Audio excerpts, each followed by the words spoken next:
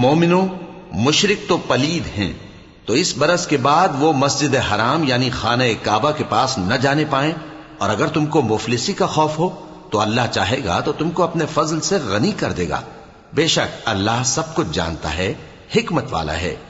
جو لوگ اہل کتاب میں سے اللہ پر ایمان نہیں لاتے اور نہ روز آخر پر یقین رکھتے ہیں اور نہ ان چیزوں کو حرام سمجھتے ہیں جو اللہ اور اس کے رسول نے حرام کی ہیں، اور نہ دین حق کو قبول کرتے ہیں، ان سے جنگ کرو یہاں تک کہ ذلیل ہو کر اپنے ہاتھ سے جزیہ دینے لگیں۔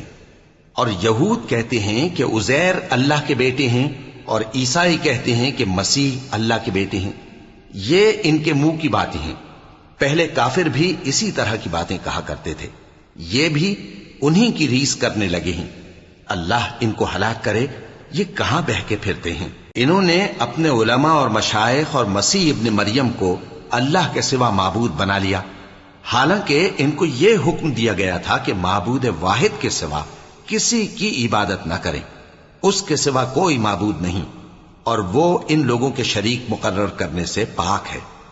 یہ چاہتے ہیں کہ اللہ کے نور کو اپنے منہ سے پھونک مار کر بجھا دیں،